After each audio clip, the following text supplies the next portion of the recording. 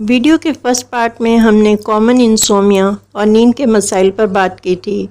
ان مسائل پر بات کرنا اس لیے ضروری تھا کہ ہماری نیند ایک ہیومن بیہیویئر ہے جو ہماری انرجیز کو ریسٹور کرتا ہے۔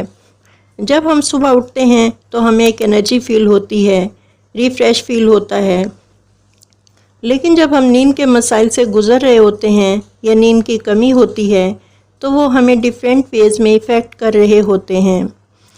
ایسے لوگ بھی انسومیا میں ہی کنسیڈر کیے جاتے ہیں جو 8 یا 6 گھنٹے کی نیند لینے کے بعد بھی مارننگ میں تھکا ہوا محسوس کرتے ہیں، فریش فیل نہیں کرتے، انرجی لیول ڈاؤن ہوتا ہے، ان کا موڈ چینج ہوتا ہے اور ان کی میموری افیکٹ ہونا شروع ہو جاتی ہے اور اینگر لیول بھی بڑھ جاتا ہے۔ تو ان سب کا تعلق ہے ان کی سلیپ کوالٹی کے ساتھ۔ اگر ایسے لوگ مکمل نیند نہیں لیتے یا بعض اوقات مکمل نیند لینے کے باوجود بھی ایسے مسائل سامنے آتے ہیں تو اس لیے انسومیا کو آئیڈینٹیفائی کرنا اور ٹریٹ کرنا بہت ضروری ہے۔ کلینیکل ڈپریشن بھی نیند کی خرابی کی ایک بڑی وجہ ہے۔